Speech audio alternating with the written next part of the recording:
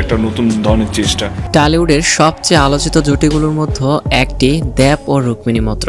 একসঙ্গে বহু ছবিতে অভিনয়, একসঙ্গে ঘুরতে যাওয়া, আবার মাঝে মধ্যে বিচ্ছেদের গুঞ্জন, সব মিলিয়ে গত এক যুগ ধরে তারা রয়েছেন আলোচনার কেন্দ্রে। তবে এবার সকল জল্পনা রীতি টেনে সরাসরি মুখ খুললেন দেব। জানালেন তিনি ও রুক্মিণী মিলে মুম্বাইতে স্থায়ী হওয়ার পরিকল্পনা করছেন।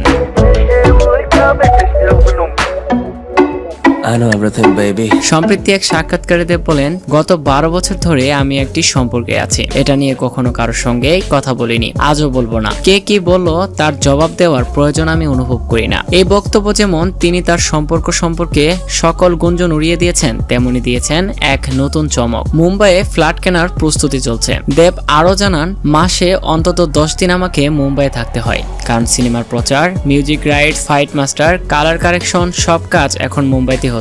প্রতিবার হোটেলে থাকতে হয়, যা ব্যয়বহুল। তাই ভাবলাম স্থায়ীভাবে একটা ফ্ল্যাট থাকলে কাজেও সুবিধা হবে। রুক্মিণীও এখন মুম্বাইয়ে সময় কাটাচ্ছেন। দেব বলেন, রুক্মিণী 2021 সালে সড়ক সিনেমার পর থেকেই মুম্বাইতে যাওয়া আসা করছে, অডিশন দিচ্ছে।